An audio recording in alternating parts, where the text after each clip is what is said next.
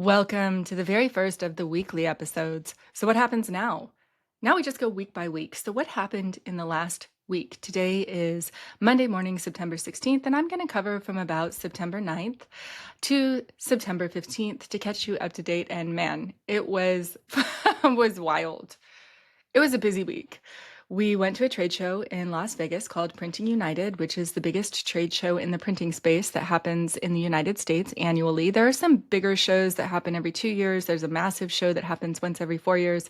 But Printing United, ooh, it is a great way to figure out what is current, what is new in the printing industry. And who knew that the wild world of stickers would take over so much of the dialogue of the printing industry? So without further ado, let's dive in. We drove up to Vegas. Me and Brian are now Chief Operations Officer. So very big move. Brianna is so excited to step down as Chief Operations Officer and move over into an Officer of Culture, into the person that just makes sure the customers are happy and make sure that our employees are happy. And she could not be more delighted. And Brianna is also going to start working on Magic Penny. So, spoiler alert, get ready to hear about that in the upcoming weeks. This week, we are talking about the trade show. It was so much fun. I'm sharing on YouTube the video. We took a bus over to the trade show venue. We walked in, we saw everything that there was to see, and they had grilled cheese sandwiches at the hotel we were staying at. So I took the week off Sakara and got to go to the trade show. In addition to going to the trade show, it was like every single night and every single morning we were furiously getting the podcast ready. I contracted with the very amazing ladies at Right Hand Glam to do all of the stuff for the podcast. So to do the editing and to get everything up. And I was like, okay, cool, you guys. We do about 2 shows a week. And instead, on the first week, we did 5 shows. Well, guess what? That is a whole lot more editing and a whole lot more reels that need to be cut and all of the things. And thank you, Emma and Chloe from Right Hand Clam. Check out Emma Barrera on her Instagram because they did a bang up job. And they got all 5 episodes out on Spotify, on iHeartRadio, on YouTube, and we are still waiting on our approvals on Apple and Amazon Music. And I was very bad at giving them stuff last minute because I was very busy. So thanks, guys. As we went through the trade show, we just started digging in, and I sort of thought I knew, okay, this is the equipment that we're going to get. You know, we're maybe going to get some Amakis, which are really fantastic presses. We're going to get some new laminating machines. We're going to get some new cutters.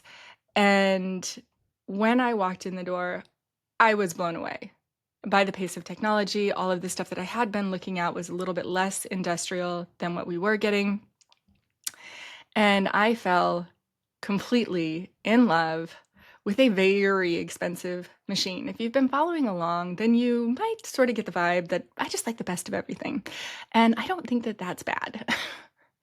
It doesn't have to be the best when I drink wine or when I have some tequila, but it's good. And the machinery is no different. Not only did we look at all of these cool machines, we looked at stuff to make buttons and magnets and clear stickers and glitter stickers and everything that you could imagine, holographics, etc. And we found a machine that does everything except for make buttons. This is my new best friend, Joseph, from Hewlett Packard, and he walked me through this beast. Gorgeous. There are 2 kinds of printers in our space, solvent-based ink and UV ink, and this is sort of a hybrid that Hewlett Packard came up with that's kind of in the middle, that is a latex-style print, and it prints on the exact same materials. It'll be the exact same quality, except for it is so much faster. You guys, it is so much, so much faster. So we also found some really great new presses, some really great new laminators, some really great new cutters. And a lot of the vendors there, they allowed us to run our own time tests, which is really wonderful because they could see that we were very serious, very motivated buyers. So we were actually able to reach back out to Jenny, our office manager here, and have her shoot us over some of our actual sheets. And we had a time test on the cutting. Now we have huge cutters. We have cutters that are as big as the room that I am sitting in. They are flatbed cutters, and they cut one sheet of stickers at a time, and they're about 30 grand each. They're not inexpensive. But we found cutters, mind-blowing cutters, so many cutters that are over $100,000 each, where you take the whole roll of material, attach it to a sheet with a conveyor belt, and it cuts as it goes. And a sheet that took us 38 minutes to cut on our flatbed cutters takes 9 minutes to cut on our new cutting machine. So as we had this humongous influx of orders, right? All of a sudden we're getting like 100 orders a day. What? What? We have machinery and equipment that is capable of doing maybe 35 orders a day. And we needed an upgrade. So we took all of our data, all of our times, all of the stuff that we know that we needed to get better at, to get faster at, etc., and literally ran it through time tests on the machines at the trade show and bought a whole bunch of new stuff. Well, how do you do that? How do you do that? How do you figure out even what you need? That's a really good question. So I'm going to share with you guys today some budgeting stuff and also some projections. How do you do projections? Now, I have a little bit of an advantage at that because I am a numbers kind of a gal. As I've mentioned before, I am a quant trader. All that means, I'll put it in terms that everybody understands. Okay, so a lot of you have seen The Big Short with Michael Burry. So the way that Michael trades in that movie, I don't know if he has a bunch of other ways that he trades within his fund. I am guessing that he does. But in that movie, it talks about one big bet, one large position that he held in the market where he continued to place, it's called a bet, that the market was going to crash. Basically, the housing market was in a bubble and it was going to have a huge, huge decline. And then he put tons of money in and tons of money in to short the market, expecting for it to crash, which it eventually did. The movie is fantastic. You should go see it. So that is one style of trading where you analyze every single piece of data and then you make your bets based on what you actually believe the data will do next. What I do is called quantitative trading. It uses a system of applied mathematics, and there are equations that I wrote myself that are proprietary that trade across the whole entire range that an asset trades at. So it just uses pure mathematics.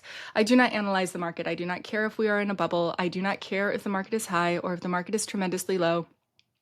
I weight balance it towards the low bottom of the market. But it's more that I'm just looking for the volatility. Is the volatility there? Is the market going to move? Period. Is the market going to move? Period. And I compound my returns based on the market that's moving. That was all a really long way to say I am pretty good at applied mathematics.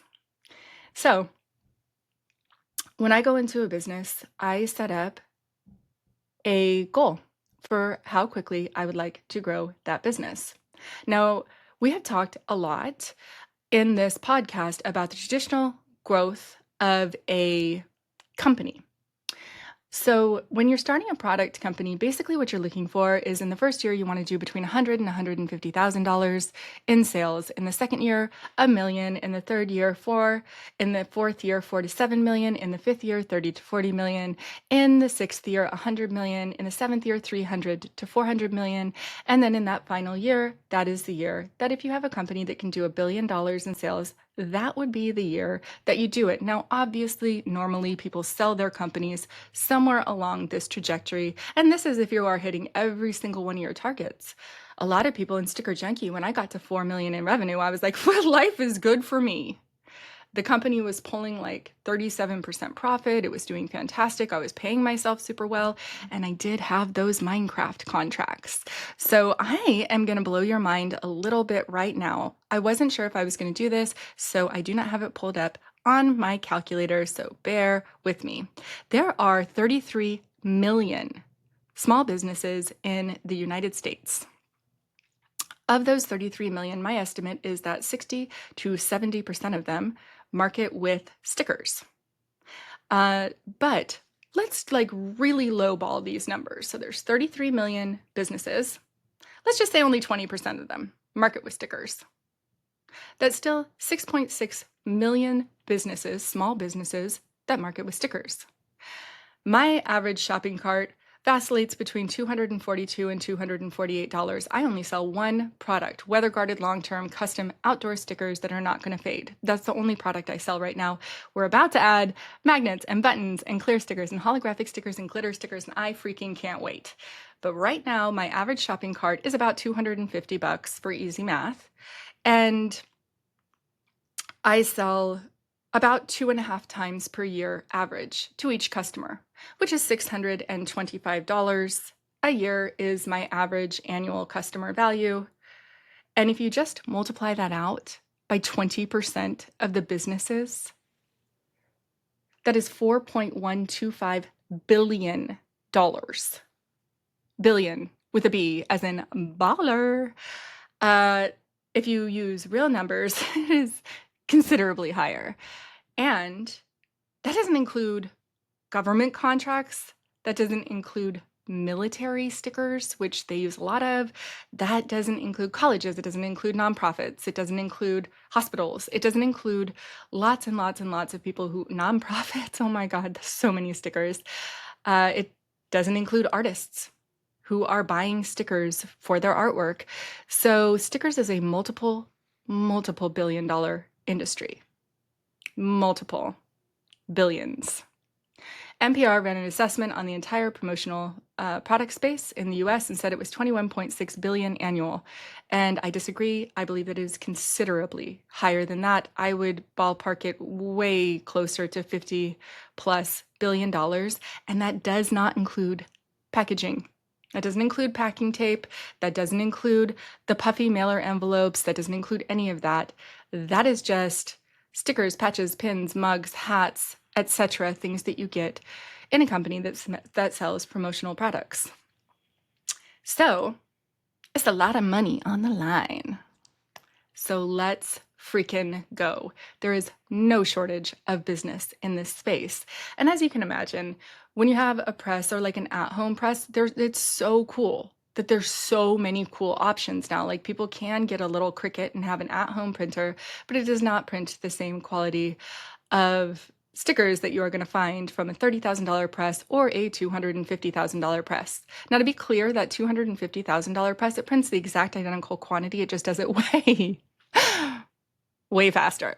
Like, I don't know, frickin' 4 times faster, except for there's 2 rolls on that baddie. So it's like 2 machines. So it's like 8 times faster. So when we got slammed all of a sudden from like, we're targeting 12 sales a day and we're getting 100 sales a day, the equipment just simply wouldn't move fast enough. The cutters didn't cut fast enough.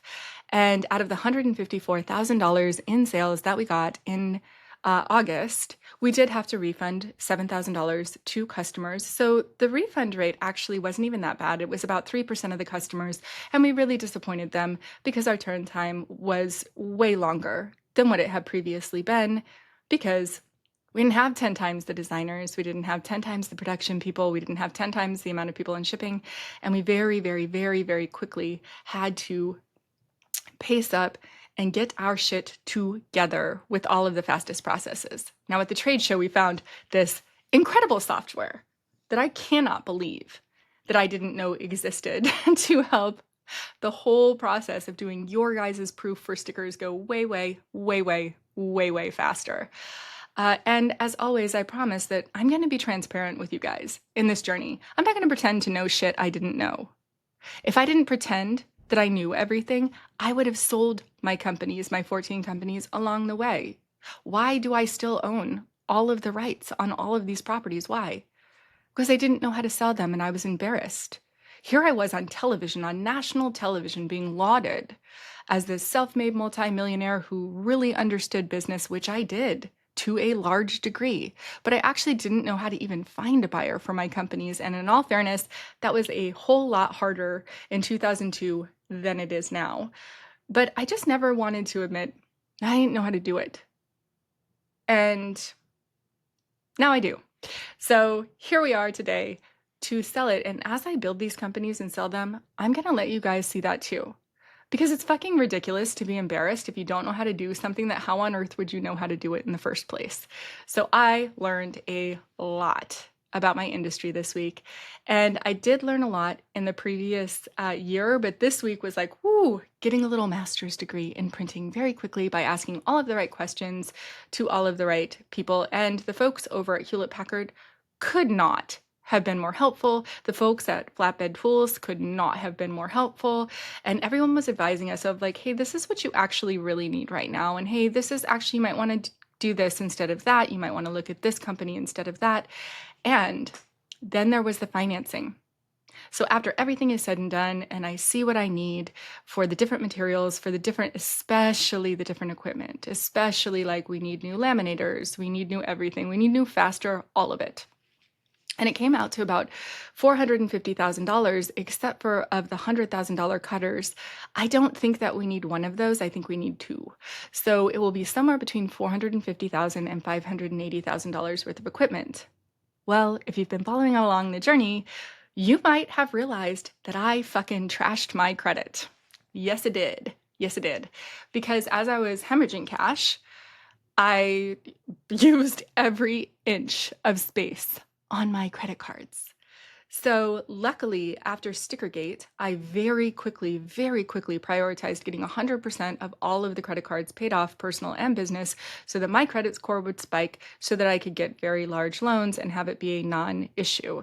So I just paid off the last, I had like whatever, $140,000 worth of credit card debt, and I just paid off the very last $85,000 in credit card debt at the end of last month. Thank God, which spiked my credit score, as it does.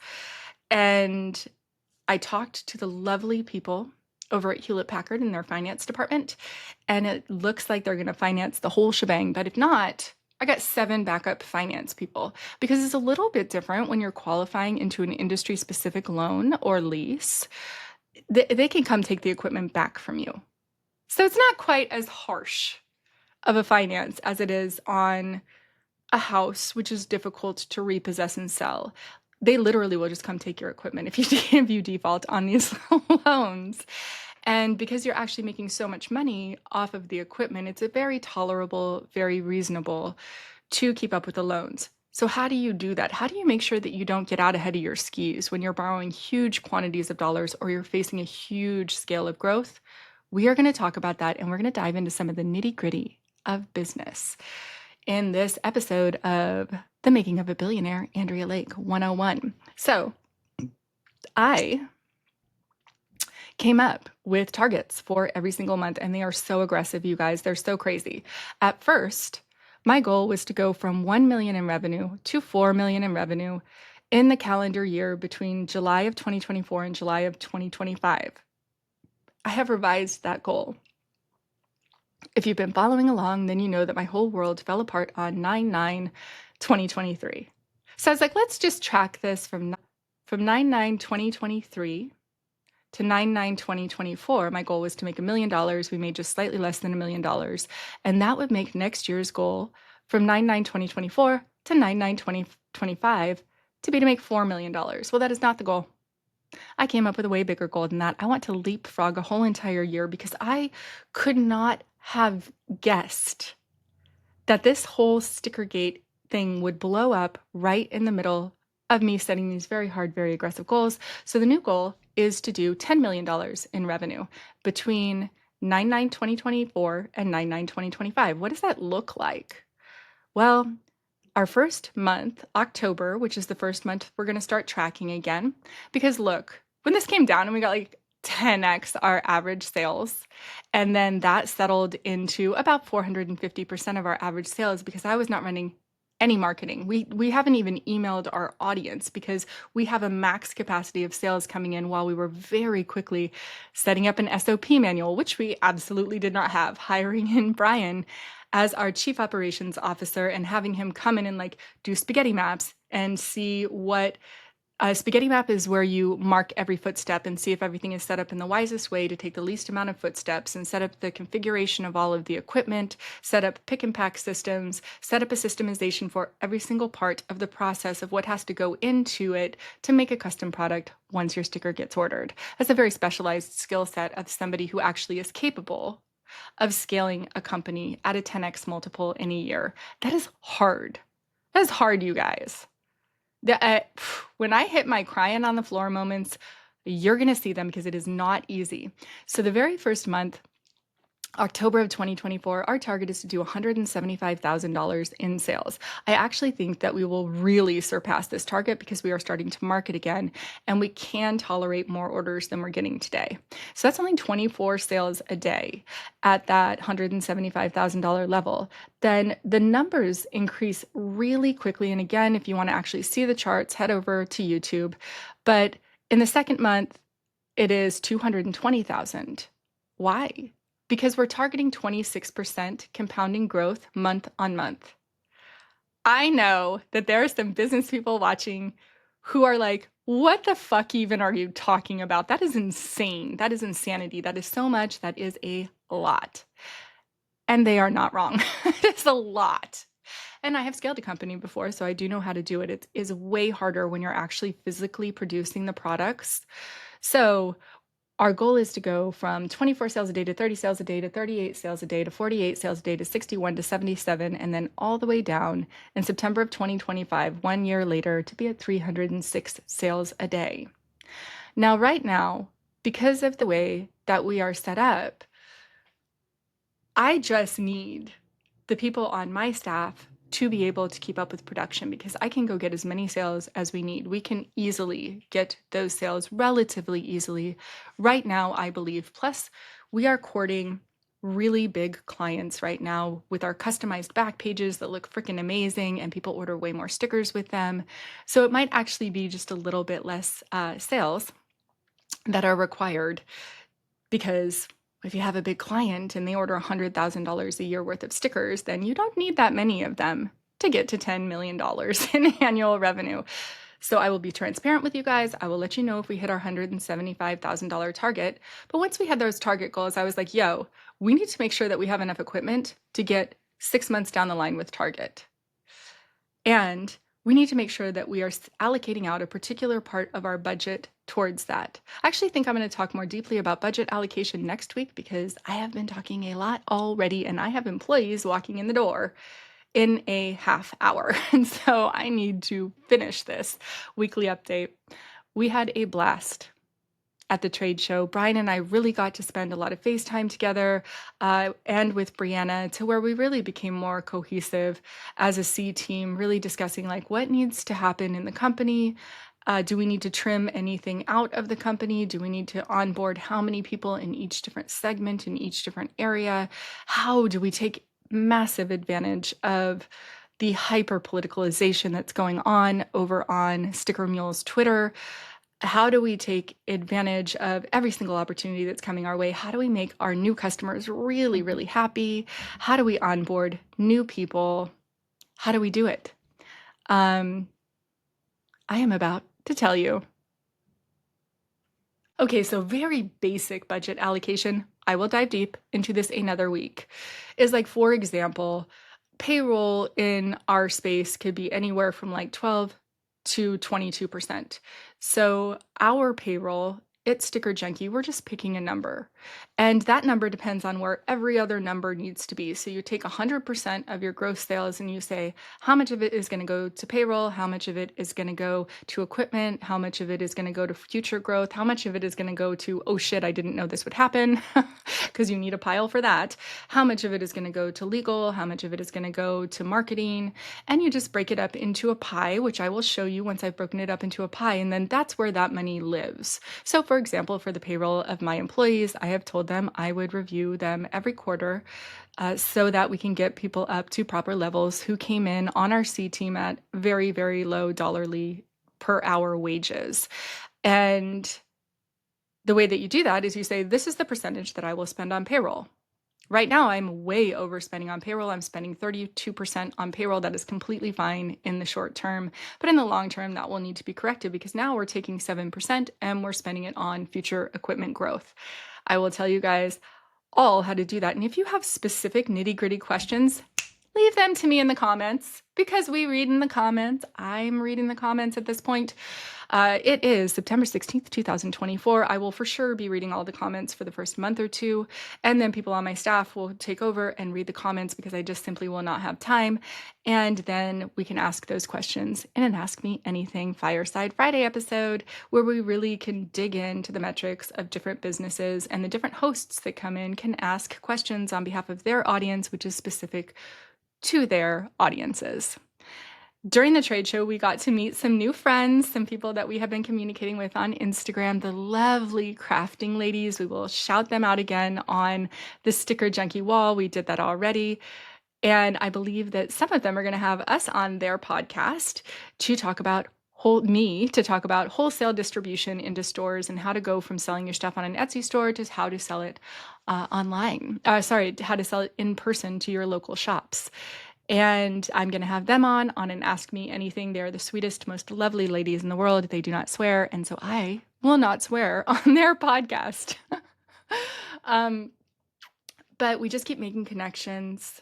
And I met person after person after person after person after person at that trade show that I am going to do business with for the next 7 years. And I could not have been more delighted.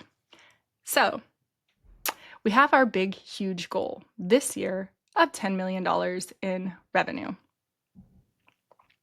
Next year, that massive goal is to go from 10 million to 100 million in revenue. A whole bunch of people will say that is not possible. I am super aware of that. And I'll just be transparent. If I massively, dramatically overestimated and am incapable of keeping up with that type of monthly growth, you'll get to see how we bob and parry and dodge and move as things come up, and how I handle the problem solving in real time, because it would be obnoxious to think that we're going to have that type of exponential growth without having a whole lot of things to figure out. So I actually recorded this whole episode last night, and I'm re-recording it right now. And I'm sharing that with you transparently because the next part, it was a bit of a hard read for me. It was unfun, and I'm going to share it in the briefest way. I figured out a very brief way to share it. So first, I will just share what is going on over at the Sticker Mule Twitter. You can check it out at x.com/Sticker Mule and just read for yourself. When I went back in to re-record it this morning, there were new posts on there. Sticker Mule's corporate website retweeted a post where someone has called Kamala Harris's followers an audience of lobotomized clapping seals. Yeah.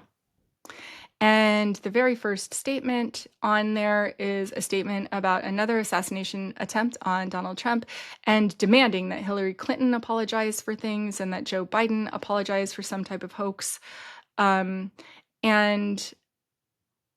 it's just incredibly divisive language. It's not kind-hearted. It's not good feeling. It's not compassionate. So I believe that when somebody is calling for unity,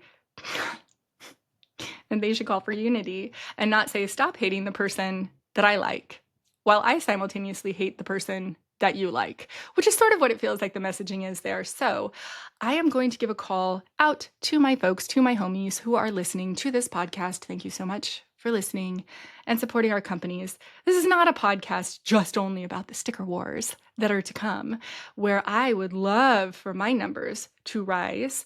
This is a podcast about business. I am a business junkie. I am surprised that this is happening. I want to be very, very clear. This is happening on their corporate website. This is not a personal website. You right now are on my personal page. You are my personal universe of Andrea Lake 101, the making of a billionaire. This is happening on their Sticker Mule public, corporate, verified social media. And it is a lot. and you can go read for yourselves.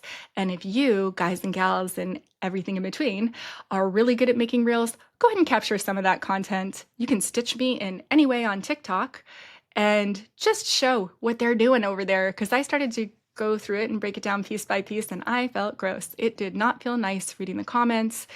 I don't know why they're doing it, especially the one where they like went after a special needs mom and said that this was a hit piece because a newspaper in Amsterdam wrote a piece about how parents of special need moms were like concerned that these stickers that Sticker Mule has been pushing on their corporate social media, specifically, they're doing most of it on Twitter, where they have a very segmented audience of people who agree with their point of view.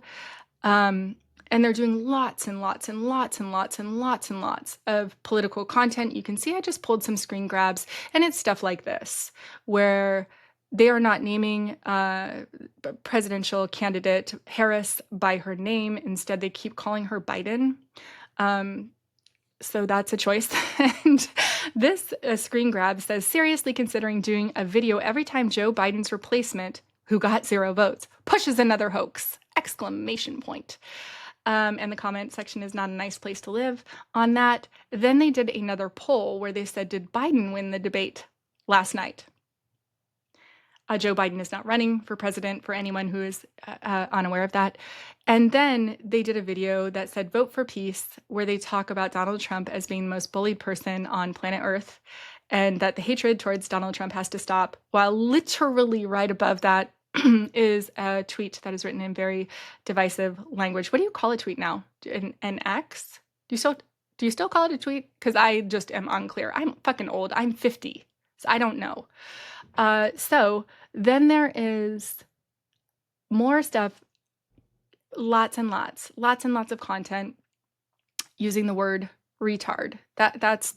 There's a lot. There's a lot of videos on the Sticker Mule Twitter that talks about the retard passes and that they should bring the word retard back. Don't be a retard. And it says also, this is by Sticker Mule's corporate page. Don't be a retard, go follow blah, blah, blah, this comedian. And they're giving out passes that look like, for those of you joining us on audio, they're giving out passes that look like Monopoly get out of jail free cards. And the passes say, and they're stickers, they're peel out stickers.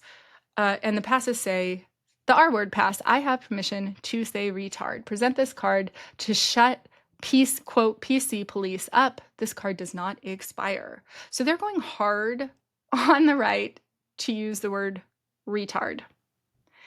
Yikes. Like, let's not. Do you know? And so I get it. I'm a potty mouth. I swear all the time. But I don't use words that I feel like will be particularly damaging to someone. Like, when I talk about myself, I say, ooh, I don't want to sound like an asshole, because I don't. So that word doesn't carry any weight to me in the same way, like I'm a child of the 80s. I grew up in the late 70s, early 80s, and all the shit that you see on TikTok about, like, it's 10 o'clock at night, do you know where your kids are? Yeah, that's real. That's true. That's literally true. We would be out in the neighborhood, all playing with each other, and our parents would like yell out the door, and all the kids would sort of scatter for their houses at like 10 o'clock at night. That was not unusual, even a little bit, especially in the summer in California, which is where I grew up in San Diego. That was like commonplace. And we really actually, for reals, were not allowed in the house because we were muddy. We were covered in mud all the time. And like, mommy needed a break, right? Like, just go play with your friends and come back and take your bath, and then we'll have dinner, and like just basically entertain yourself. Like, latchkey kids were legit a real thing. I was a latchkey kid. That was all really normal. And the people who got called retards all of the time were kids. We're little kids. We're little kids just being mean to each other, not sort of realizing the long-term effects that bullying had. I was severely bullied when I was in junior high school. I was not called that because I was a super fucking smarty pants type of a chick, the type of a girl who can sit down and for 3 years write a quantitative trading system. So I got called different things that were all really, really unpleasant and unfun in junior high school. But then luckily I got to high school and I was 5'9" and a runway model. when I was 14 for just shitty little shows in Southern California. Like I got to walk at the Nordstrom's little local mall show, super fun. And all of a sudden I was treated very, very differently by all the senior boys as an incoming freshman in high school, and all of the bullying stopped. Thank God, because it was devastating. And who gets called retard the most? Probably, I don't know. My speculation is like little kids that have full mental faculties and have some other type of issue going on. They have MS or they have something and they're just called retard all the time. And that, why would we do that? That doesn't, this is a weird hill to go down or to climb up. So yeah, it just feels gross. It just feels gross and weird to me.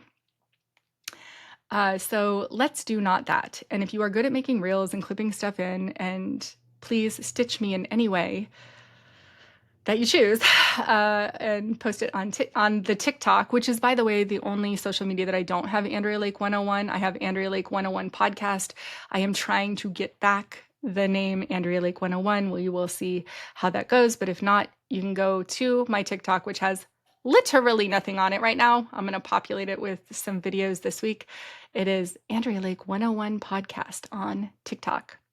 So going back to our screen grabs, there was a couple other things of note that we are going to go over, and then we are going to wrap up this episode so I can dive into my week. So the last thing of note that happened on the Sticker Mule Twitter wall is that the co-founder of the company made a video that said, "What's up with Forbes?"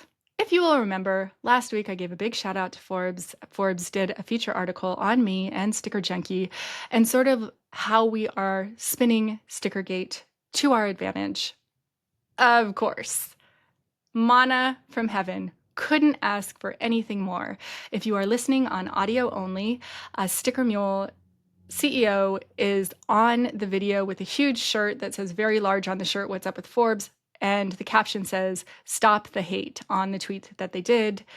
And so it would appear perhaps as if he is unthrilled with some of the coverage that is coming his way as a result of going hyper-political on his page. But here's the thing. I was at Printing United, and that is the biggest trade show in the space. And I did ask every single person that I interacted with there if they had heard of what happened with Sticker Mule. And only 3 of them out of, dozens had heard of it. And then they just heard of the email. But then what occurred to me was the email that they sent to their whole entire audience only happened one time, and the subject line was Trump 2024. So I would speculate that a lot of those emails got caught by spam filters, because spam filters do capture subject lines like that and not deliver them to people. That's how they work. So it certainly didn't go wide. And then this whole use of many, I mean a lot of videos about using the word retard, that has not caught traction at all. As a matter of fact, nobody I talked to knew that happened except for one mom of a special needs kids. And she said, yeah, I just unfollowed them at that point because I just couldn't see anymore. And basically everyone I talked to at that show, it didn't matter if they were a Trump supporter, if they were a Harris supporter, it didn't matter. They were just like, what? Like, what? The face that I saw most often was like, jaw dropped. Like, what are they doing? Why would you do that? When the most common use case is just little kids bullying each other. That's what that word most commonly is used for. And I guess adults use it too. Clearly, the adults over on Sticker Mule are using that word right and left. But it's weird. I don't know why they're doing that. In that video about Forbes, they also talk about how they might come and be public with their numbers. And I'm like, let's go. Let's do it. They also said nobody has any idea what our numbers are. Nobody could possibly know what our numbers are. We don't share that information publicly. So I'm going to harken back to earlier in this podcast where I explained what a quant trader is. And I'm trying to say I'm pretty good at applied mathematics without sounding like an asshole, but I'm pretty good at applied mathematics. So if somebody gives me a metric of a business that I also own, it doesn't really matter what metric it is. I can run some calculations based on that, and I will show you how that works in a second. In addition to that, people talk to me. So when I ask them direct questions, they give me direct answers. And I am guessing that whoever it is that they were talking about, how did they speculate the numbers? They probably had metrics that they ran based on things that Sticker Mule has said in articles or in videos over the years. So Sticker Mule came out and said, hey, we gave all 79 of our customer service reps a $2,500 bonus. That's fucking awesome. I think that's amazing that they did that. I love that. I did something slightly different in my companies. I gave every person on my staff a raise. So it wasn't a one-time thing. So there are 2,080 work hours in a year. And I gave all of my people between a $2 and a $3 raise, depending on if they were on our support team or if they were on our core team. So that is a raise of between $4,000 and $6,000 a year, every year, forever. Not a one-time bonus, but a one-time bonus still very good, very generous. So what did I learn when they shared that information? I learned that they have 79 customer service reps. That is good information to know. That tells me a lot about their sales because I know how many customer service reps I need per how many orders in my company. I need about one for maybe every 75 orders that I get per day. That's about right for my company. Is it better if I have one for every 50? Yes, it absolutely is. And in my company, we also answer the phone for the customer service reps, and our customer service reps are jacks of all trade. They do a lot around here because we are a small company. We only have 16 people right now.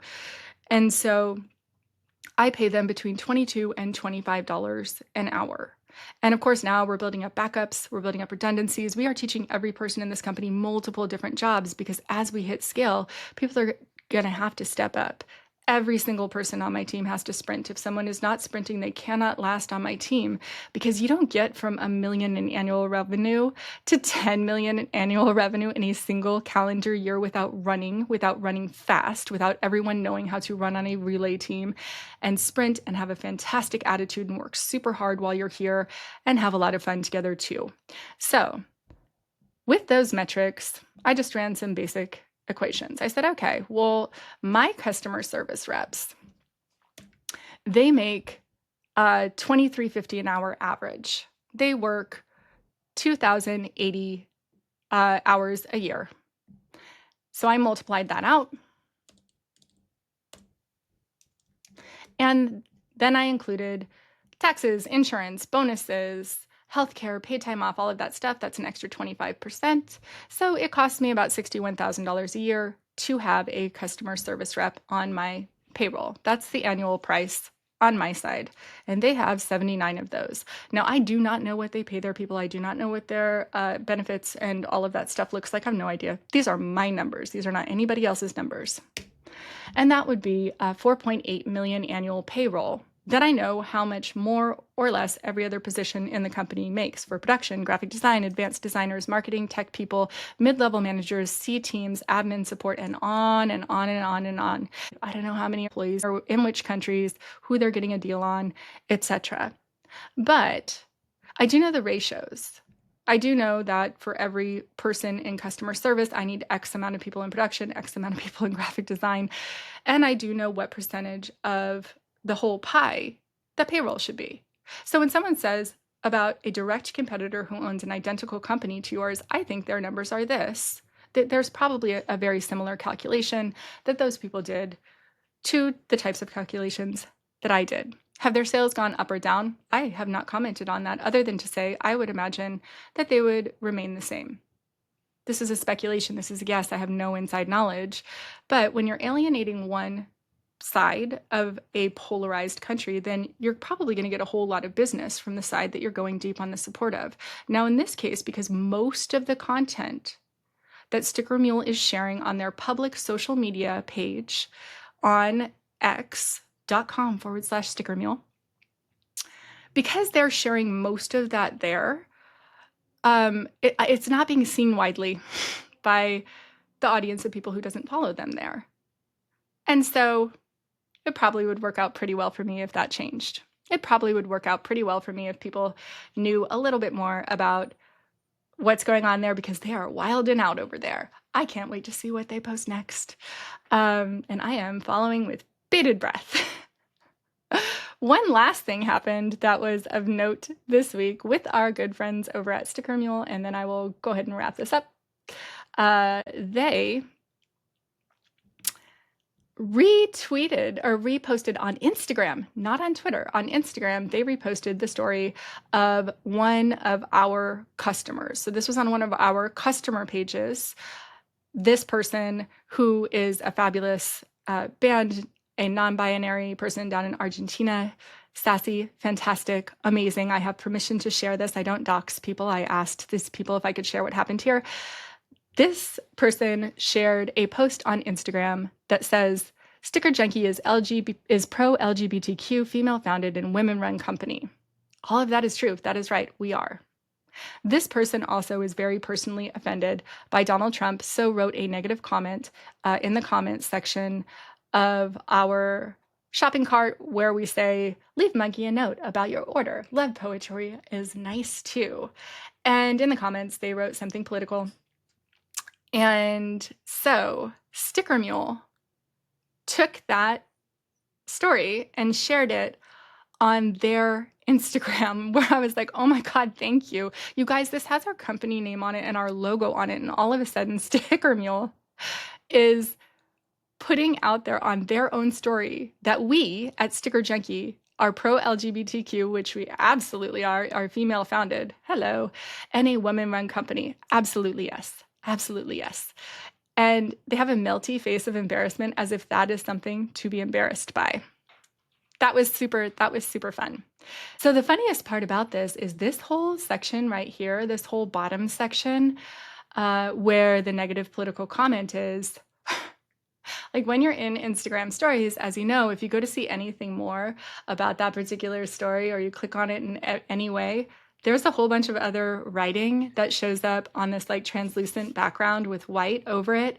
So like you couldn't really see that part in the story when they shared it on their stories. So the only thing that stood out was this advertisement for us announcing that we are pro-LGBTQ, female-founded, women-run company. So thank you for that, guys. We absolutely are.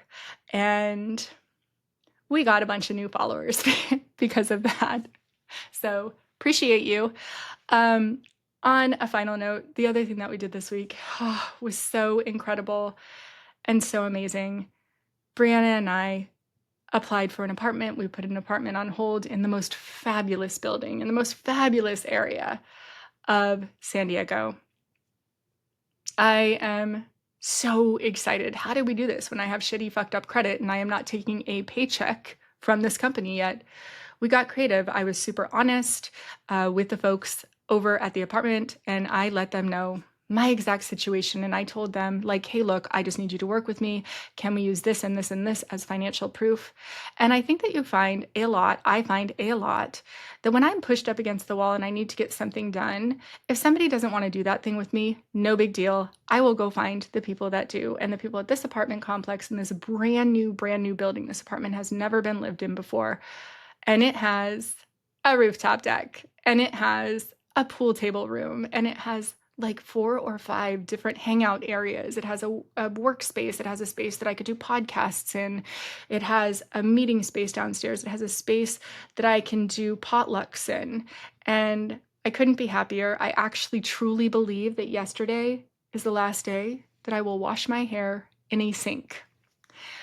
That is going to wrap it up for us today, but we made it. Brianna and I made it through year 1. 9/9/2024 came and went. We launched the podcast. We did everything that I was envisioning for a year that I did not know how the fuck I was going to get there. I do not know how the fuck I am going to get to 9/9/2025. How? How am I going to get there? $10 million in goals. From where I am standing today, $10 million in revenue. I'm going to set hard goals. I'm going to engage my team. I'm going to strip anybody who doesn't run fast out of my team. And I am going to create amazing partnerships. I am going to promote beautiful sticker towers and sell those to tattoo shops and all sorts of other different companies with pre-made artwork from fabulous artists like Carly at Trad Sticky, like several other of my artist friends who I already have reached out to, who I will announce once I have partnerships with them. And I'm going to expand and grow my business in chain stores, fingers crossed. The stuff in Hot Topic has been selling great. I'm very excited. We just got a reorder on some of Carly's adorable stickers that I wish I had in front of me to show you. I will show them to you next week.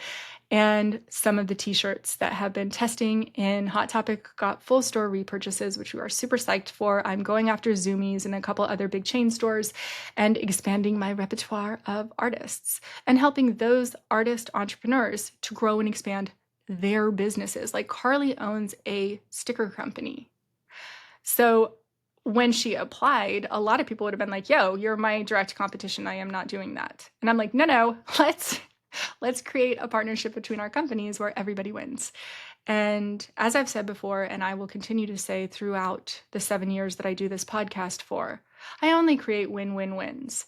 If you want to see the trajectory of growth in Sticker Junkie, then come over this way. This is you guys. Thank you. Thank you for following along on the journey. Please like and comment. That totally helps us. Please share this story with your friends because I'm just going to be here. I'm going to do lives. I'm going to do Ask Me Anythings. Give me a couple weeks to catch my feet, and I will be answering questions directly from the comments. I will also have other influencers on who ask me questions that their audience has, and I am going on every podcast that I can. So please invite me to be on your podcast if you have watched this and have a podcast. I would love to share this story far and wide. I'm also going to learn a little bit more about how to be good at social media. That is obviously a learning curve for me just because of my age and because I've been so private for my whole life. So welcome to the journey. I'm so thankful you're here. I hope that I hit my goals, but I'll be honest with you if I don't. And I'm just going to fill you in on every piece of every part of it as it goes. I appreciate you. I hope that you are hitting it hard after your goals and dreams right now. I really, really do. And also, I'm going to add another segment called Meet the Team, which is not just going to be the team at Sticker Junkie. It's going to be some of my friends coming on and interviewing also. So that'll be a separate little mini-sode that we'll do for you guys where you can get some inside scoop from some of the other people that work at Sticker Junkie and what their take is on what we're doing over here. And I can't wait. I can't wait for all of it. I hope you guys are fantastic. I hope you have the best week ever. And I'll see you again on Fireside Fridays with this week's guest. I cannot wait for that. And have a lovely, lovely rest of your week. Andrea Lake, signing out.